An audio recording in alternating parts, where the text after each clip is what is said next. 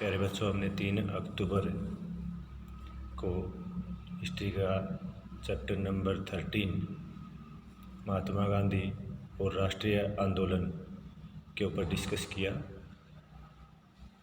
उस दिन हमने डिस्कस किया कि महात्मा गांधी जनवरी 1915 में दक्षिण अफ्रीका से भारत आए और उन्होंने यहाँ पाया कि अंग्रेजी शासन भारतीय जनता पर बहुत ज़्यादा क्रूर है, बहुत ज़्यादा अन्याय भारतीय जनता के साथ हो रहा है, किसानों के साथ भी और मजदूरों के साथ भी। तो सबसे पहले वे 1916 में बिहार के चंपारण ज़िले में गए, वहाँ पर मजदूरों और किसानों की समस्या को दूर किया। इसके बाद वो गुजरात के खेड़ा में गए, वहाँ पर प्लेग की बीमारी फैले और फसल बर्बाद होने की वजह से लगान नहीं चुका पा रहे थे किसान। वहाँ पर सत्याग्रह चलाया। 1918 में वे अहमदाबाद गए, वहाँ पर सूती मिलों में काम करने वाले मजदूरों के साथ मिलकर सत्याग्रह चलाया। इसके बाद डिस्कस किया था कि महात्मा गांधी ने रोलेट एक्ट पास करने के विरोध में एक दो जगह पर सत्याग्रह चलाया। फिर जलियांवाला बाग हत्याकांड हुआ। इसे दुखी होकर महात्मा गांधी ने असहयोग आंदोलन चलाया और 1922 में चौरा चौरी नामक स्थान पर घटना घट जाने से उन्होंने असहयोग आंदोलन वापस ले लिया और वे राष्ट्रद्रोह के आरोप में जेल में चले गए। 1924 में जेल से छूटे और उसके बाद 1928 तक महात्मा गांधी ने ज़्यादातर समय अपना घर पर ही बिताया। इसके बाद आगे के चैप्टर में आज हम डिस्कस करेंगे कि 1928 में उपनिवेश की स्थितियों की जांच पड़ताल के लिए इंग्लैंड से साइमन कमीशन भारत आया था। सभी सदस्य श्वेत थे, इसमें एक भी सदस्य भारतीय नहीं था। सारे देश में इसका विरोध हुआ। दिसंबर 1929 में कांग्रेस का वार्षिक अधिवेशन लाहौर में हुआ। यह अधिवेशन में दो दृष्टियों से महत्वपूर्ण था। जवाहरलाल नेहरू का अध्यक्ष रूप में चुनाव, जो युवा पीढ़ी के नेतृत्व का प्रतीक था।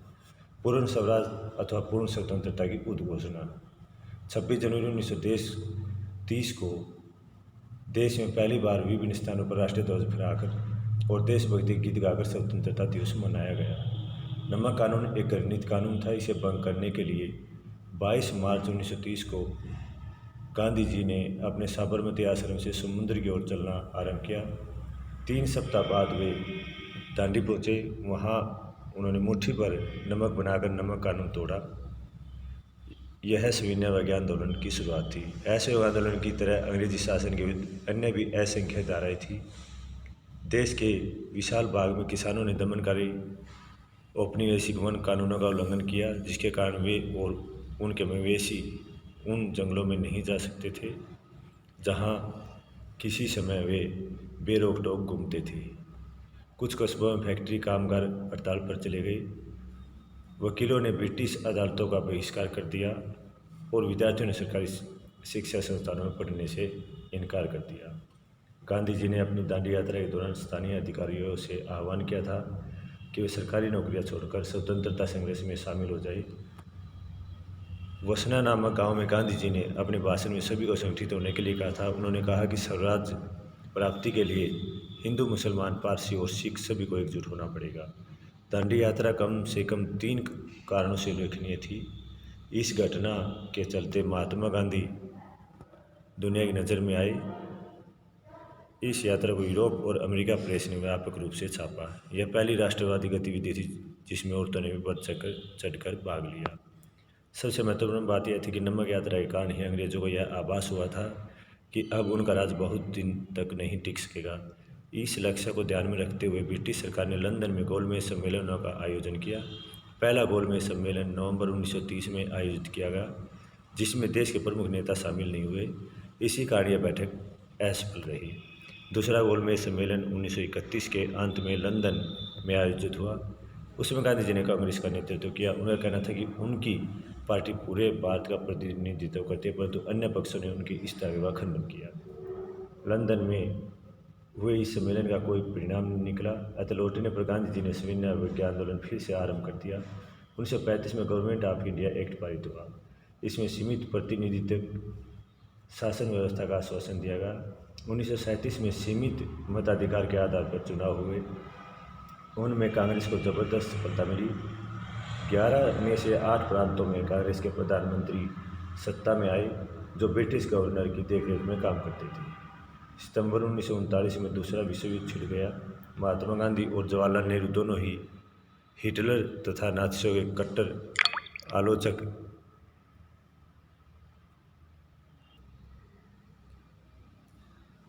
आलोचक थे।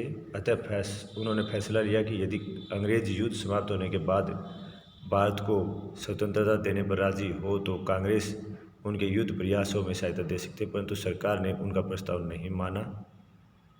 इसके विरोध में अक्टूबर 1939 में कांग्रेसी मंत्रिमंडलों ने इस्तीफा दे दिया। मार्च 1940 में मुस्लिम लीग ने पाकिस्तान के नाम से एक अलग राष्ट्र की स्थापना का प्रस्ताव पारित किया और उसे अपना लक्ष्य घोषित कर दिया। इससे राजनीतिक स्थिति काफ़ी जटिल हो गई। 1942 में क्रिप्स मिशन भारत आया। क्रिप्स के साथ वार्ता में कांग्रेस ने इस बात पर जोर दिया कि यदि ब्रिटिश शासन दूसरी शक्तियों से भारत की रक्षा लिए कांग्रेस का समर्थन चाहता है तो वायसराय को सबसे पहले अपनी कार्यकारी परिषद में किसी भारतीय को एक रक्षा सदस्य के रूप में नियुक्त करना होगा। इसी बात पर वार्ता असफल होगी। क्रिप्स मिशन की सब विफलता के बाद महात्मा गांधी ने ब्रिटिश शासन के विरुद्ध अपना तीसरा बड़ा आंदोलन छेड़ने का निर्णय लिया और यह आंदोलन अगस्त 1942 में शुरू हुआ, जिसे भारत छोड़ो का नाम दिया गया। भारत छोड़ो आंदोलन एक व्यापक जन आंदोलन था। इसमें लाखों भारतीय शामिल थे। इस आंदोलन ने युवाओं को बड़ी संख्या में अपनी ओर आकर्षित किया। उन्होंने अपने कॉलेज छोड़कर जेल का मार्ग अपनाया। जून 1944 में गांधी जी ने कांग्रेस तथा मुस्लिम लीग के बीच की दूरी को खत्म करने के लिए जिन्ना के साथ कई बार बात की। 1945 में ब्रिटेन में लेबर पार्टी की सरकार बनी और यह सरकार भारत की स्वतंत्रता के पक्ष में थी। अतः वायसराय लॉर्ड वावेल ने कांग्रेस और मुस्लिम लीग के प्रतिनिधियों के बीच कई बैठकों का आयोजन किया। 1946 के आरंभ में प्रांतीय विधानमंडलों के लिए नए सिरे से चुनाव कराए गए। सामान्य श्रेणी में कांग्रेस को भारी सफलता मिली। मुसलमानों के लिए आरक्षित सीटों पर मुस्लिम लीग को भी भारी बहुमत प्राप्त हुआ। 1946 की गर्मियों में कैबिनेट मिशन भारत आया। इस मिशन ने कांग्रेस और मुस्लिम लीग को एक ऐसी संघीय व्यवस्था पर राजी करने का प्रयास किया जिसमें भारत के भीतर विभिन्न प्रांतों को सीमित स्वायत्तता दी जानी थी। कैबिनेट मिशन का यह प्रयास विफल रहा। वार्ता टूट जाने के बाद जिन्ना ने पाकिस्तान की स्थापना के लिए लीग की मांग के समर्थन में एक प्रत्यक्ष कार्यवाही दिवस का आह्वान किया। अतः 16 अगस्त 1946 को कलकत्ता में खूनी संघर्ष शुरू हो गया और ये हिंदू मुस्लिम दंगे बिहार और संयुक्त प्रांत और पंजाब तक फैल गए। फरवरी 1947 में वावेल की जगह लॉर्ड माउंटबेटन को वायसराय नियुक्त किया गया। उन्होंने घोषणा की कि भारत को स्वतंत्रता दे दी जाएगी, लेकिन उसका विभाजन भी होगा। 15 अगस्त को भारत के विभिन्न भागों में लोगों ने जमकर खुशियां मनाई। दिल्ली में जब संविधान सभा के अध्यक्ष ने गांधी जी को राष्ट्रपिता की उपाधि देते हुए संविधान सभा की बैठक आरंभ की तो बहुत देर तक करतल ध्वनि होती रही। 15 अगस्त 1947 को राजधानी में हो रहे उत्सव में महात्मा गांधी नहीं थे। वे कलकत्ता में उस दिन 24 घंटे के उपहास पर थे। उन्होंने इतने दिन तक जिस स्वतंत्रता के लिए संघर्ष किया वह एक बड़ी कीमत चुकाकर उन्हें मिली थी। उनका राष्ट्र विभाजित हो गया था। हिंदू और मुसलमान एक दूसरे के खून के प्यासे हो गए। अनेक विद्वानों ने स्वतंत्रता बाद के महीनों को गांधी जी के जीवन का श्रेष्ठतम अक्षर माना। बंगाल में शांति स्थापना के अभियान के बाद गांधी जी दिल्ली आ गए। यहाँ से वे पंजाब के दंगाग्रस्त जिलों में जाना चाहते थे। घरेलू राजनीति में ही राजधानी में ही शरणार्थियों की आपत्तियों के कारण उनकी सभाएं अस्त व्यस्त होने लगी, परंतु वहाँ वे किस मुँह से जाते, क्योंकि दिल्ली में वे मुसलमानों को पूरी सुरक्षा का आश्वासन नहीं दे पा रहे थे। गांधी जी ने जीवन भर स्वतंत्र व अखंड भारत के लिए युद्ध लड़ा। फिर भी जब देश विभाजित होगा तो उनकी यह इच्छा थी कि दोनों देश एक दूसरे के साथ सम्मान और मैत्रीपूर्ण संबंध बनाए रखे। कुछ भारतीयों को उनका यह आचरण पसंद नहीं था। अतः 30 जनवरी की शाम को गांधी जी की दैनिक प्रार्थना सभा में एक युवक ने उन्हें गोली मारकर मौत की सजा सुना दी। गांधी जी की मृत्यु का समाचार चारों तरफ फैल गया। सभी भारतवासियों ने भावभीनी श्रद्धांजलि दी गई।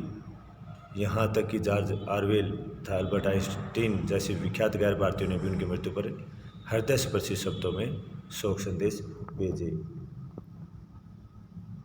बहुत से पत्र व्यक्तियों को लिखे जाते हैं, इसलिए वे व्यक्तिगत पत्र होते हैं, परंतु कुछ हद तक वे जनता के लिए भी होते हैं। उन पत्रों की भाषा इस बात से तय होती है कि संभव है कि एक दिन उन्हें प्रकाशित कर दिया जाएगा। किसी पत्र के प्रकाशित होने की आशंका के कारण प्राय लोग निजी पत्रों में भी अपना मत स्वतंत्रतापूर्वक व्यक्त नहीं कर पाते। औपनिवेशिक काल की पुलिस की पाक्षिक रिपोर्ट से पता चलता है कि अंग्रेज अधिकारी किसी ब्रिटिश विरोधी घटना के लिए स्वयं को दोष देने के लिए बिल्कुल तैयार नहीं थे। ब्रिटिश अखबार भी इस बात से को प्रतिबिंबित करते हैं। आगे क्वेश्चन 5 क्वेश्चन कल कर लिए थे। पहले असहयोग आंदोलन एक तरह का प्रतिरोध कैसे था? असहयोग आंदोलन के कारण, कार्यक्रम, प्रगति और महत्व की विवेचना कीजिए। असहयोग आंदोलन 1920 में महात्मा गांधी के नेतृत्व में चला गया था। यह अंग्रेजी शासन तथा सरकारी गलत नीतियों के विरुद्ध एक व्यापक जन आंदोलन था। इसके कारण और परिस्थितियाँ, भारतीयों ने प्रथम महायुद्ध में अंग्रेजों को पूरा सहयोग दिया था, परंतु महायुद्ध की समाप्ति पर अंग्रेजों ने भारतीय जनता का खूब शोषण किया। ये कारण था। प्रथम महायुद्ध के दौरान भारत में प्लेग आदि महामारियाँ फूट पड़ी। नंबर 3, गांधी जी ने प्रथम महायुद्ध में अंग्रेजों की सहायता करने का प्रचार इस आशा से किया ताकि वह भारत को स्वराज्य प्रदान कर देंगे, मगर ऐसा नहीं किया ब्रिटिश सरकार ने।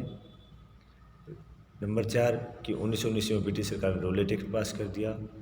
फिर जलियांवाला बाग हत्याकांड हुआ। इसके बाद सितंबर 1920 में कांग्रेस ने अपना अधिवेशन कोलकाता में बुलाया। इस अधिवेशन में असहयोग आंदोलन का प्रस्ताव रखा गया, जिसे बहुमत से पास कर दिया गया।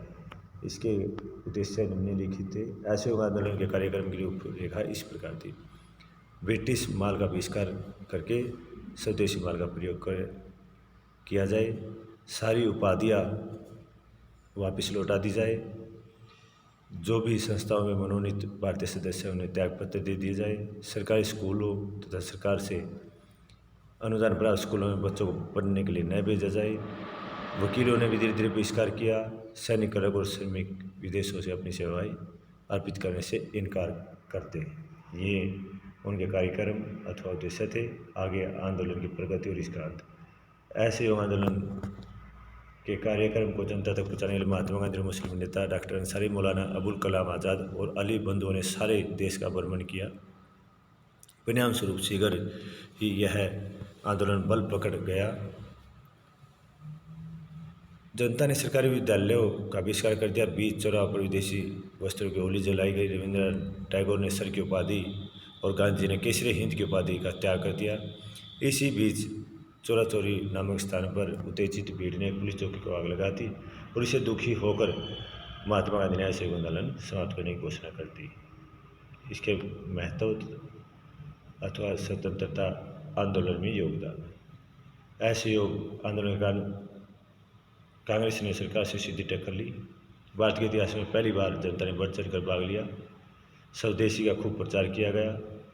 इस आंदोलन से स्वशासन के लिए एक प्रशिक्षण बिंदु था और इस आंदोलन से गांधी जी भारतीय जनमानस में सबसे बड़े नेता के रूप में उभरे। असहयोग आंदोलन तथा खिलाफत। गांधी जी को आशा थी कि असहयोग आंदोलन को खिलाफत के साथ मिलाने से भारत के दो प्रमुख धार्मिक समुदाय हिंदू और मुसलमान आपस में मिलकर औपनिवेशिक शासन का अंत कर देंगे, इसलिए उन्होंने खिलाफत को असहयोग आंदोलन के साथ मिलाया। इस आंदोलन ने निश्चय ही राष्ट्रीय आंदोलन को एक व्यापक जन आंदोलन का रूप दे दिया। गोलमेज सम्मेलन में हुई वार्ताओं से कोई नतीजा क्यों नहीं निकल पाया? गोलमेज सम्मेलनों का आयोजन लंदन में हुआ। इसका उद्देश्य भारतीयों को भागीदार बनाना था। पहला गोलमेज सम्मेलन 1930 में हुआ। इसमें प्रमुख नेता शामिल नहीं हुए और ये वार्ता असफल रही। 1931 में गांधी जी को जेल से रिहा कर दिया गया। अगले महीने वायसराय के साथ उनकी लंबी बैठकें हुई। इसे गांधी रिबन समझौता हुआ। इसकी शर्त थी सविनय अवज्ञा आंदोलन को वापस लेना, सभी कैदियों की रिहाई, तटीय प्रदेशों में नमक बनाने की अनुमति। रेडिकल राष्ट्रवादियों ने इस समझौते की आलोचना की क्योंकि गांधी जी वायसराय से भारतीयों के लिए राजनीतिक स्वतंत्रता का आश्वासन आश्वासन नहीं ले पाए थे। 1931 के अंत में दूसरा गोलमेज सम्मेलन आयोजित हुआ। इसमें गांधी जी कांग्रेस का नेतृत्व कर रहे थे। उनका कहना था कि उनकी पार्टी भारत का प्रतिनिधित्व करती है, परंतु उनके इस दावे को 3 पार्टियों ने चुनौती दे दी। मुस्लिम लीग का कहना था कि मुस्लिम अल्पसंख्यकों के हित में काम करती है। रजवाड़ा का दावा था कि कांग्रेस का उनके नियंत्रण वाले भूभाग पर कोई प्रभुत्व नहीं है। तीसरी चुनौती BR अम्बेडकर की ओर से थी। उनका कहना था गांधी जी और कांग्रेस पार्टी निचली जातियों का प्रतिनिधित्व नहीं करती। फलस्वरूप लंदन में हुए इस सम्मेलन का कोई परिणाम नहीं निकला, इसलिए गांधी जी को खाली हाथ लौटना पड़ा। महात्मा गांधी ने राष्ट्रीय आंदोलन के स्वरूप को किस तरह बदल डाला, अथवा महात्मा गांधी के आगमन ने भारतीय राष्ट्रीय आंदोलन के आधार को किस प्रकार व्यापक बनाया, व्याख्या कीजिए। महात्मा गांधी ने निम्नलिखित तरीकों से भारतीय राष्ट्रीय आंदोलन के आधार को व्यापक बनाया और 1922 तक इसके स्वरूप को एकदम परिवर्तित कर दिया। महात्मा गांधी के नेतृत्व में राष्ट्रीय आंदोलन के व्यवसायियों तथा बुद्धिजीवियों का ही आंदोलन रह गया था। अब इसमें हजारों की संख्या में किसान, श्रमिक और कारीगर भी भाग लेने लगे थे। गांधी जी ने सामान्य लोगों जैसा जीवन अपनाया। उन्होंने गरीब मजदूरों तथा किसानों जैसे वस्त्र पहने। उनका रहन सहन भी उन्हीं के जैसा था। उन्होंने स्वयं चरखा चलाया और दूसरों को चरखा चलाने के लिए प्रेरित किया। सूत कातने के कार्य ने गांधी जी को पारंपरिक जाति व्यवस्था में प्रचलित मानसिक श्रम तथा शारीरिक श्रम के बीच की दीवार को तोड़ने में सहायता दी। गांधी जी ने किसानों तथा अन्य निर्धन लोगों के कष्टों को दूर करने का प्रयास किया। गांधी जी ने चमत्कारों के बारे में फैली अफवाहों ने उनकी लोकप्रियता को घर घर तक पहुँचा दिया। अतः बड़ी संख्या में लोग राष्ट्रीय आंदोलन से जुड़ गए। उनके नेतृत्व में देश के विभिन्न भागों में कांग्रेस की नई शाखाएं खुली। रजवाड़ों में राष्ट्रवादी सिद्धांत को बढ़ावा देने के लिए प्रजामंडलों की स्थापना की गई। गांधी जी ने राष्ट्रवादी संदेश का प्रसार अंग्रेजी भाषा की बजाय मातृभाषा में करने पर बल दिया। राष्ट्रीय आंदोलन के आधार को मजबूत बनाने के लिए गांधी जी ने हिंदू मुस्लिम एकता पर भी बल दिया। उनके आकर्षक व्यक्तित्व के कारण देश के विभिन्न भागों तथा वर्गों से आए अनेक प्रतिभाशाली नेता राष्ट्रीय आंदोलन का अंग बन गए। उन्होंने इस बात पर बल दिया कि स्वतंत्रता प्राप्ति के लिए त्रुटिरहित समाज का होना अनिवार्य है। तो प्यारे बच्चों, आज 6 अक्टूबर का इतना ही काम काफ़ी है। ये 6 नंबर से लेकर 8 नंबर तक के क्वेश्चन आपने याद भी करने हैं और कॉपी पर लिखने भी हैं। तो इसके लिए आप सबका धन्यवाद।